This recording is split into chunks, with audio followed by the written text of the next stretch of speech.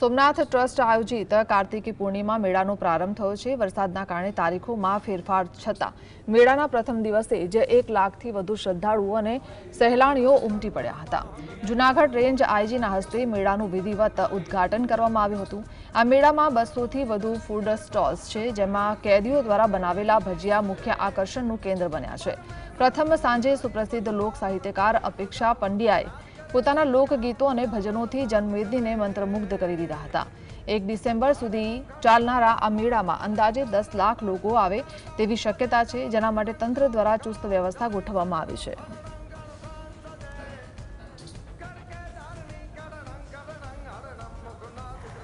મજા આવી છે।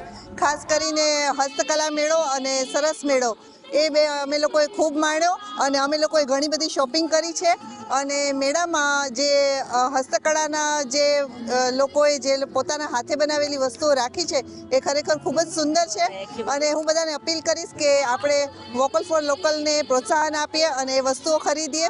ખાણીપીણીના સ્ટોલ પણ બધા ખૂબ જ સરસ છે, ખૂબ જ સરસ આયોજન છે। કાર્તિક પૂર્ણિમાનો આજે પ્રથમ દિવસ। મેળામાં પ્રથમ દિવસે જ આજે 1 લાખથી વધારે લોકોએ મેળાનો આનંદ લીધો છે।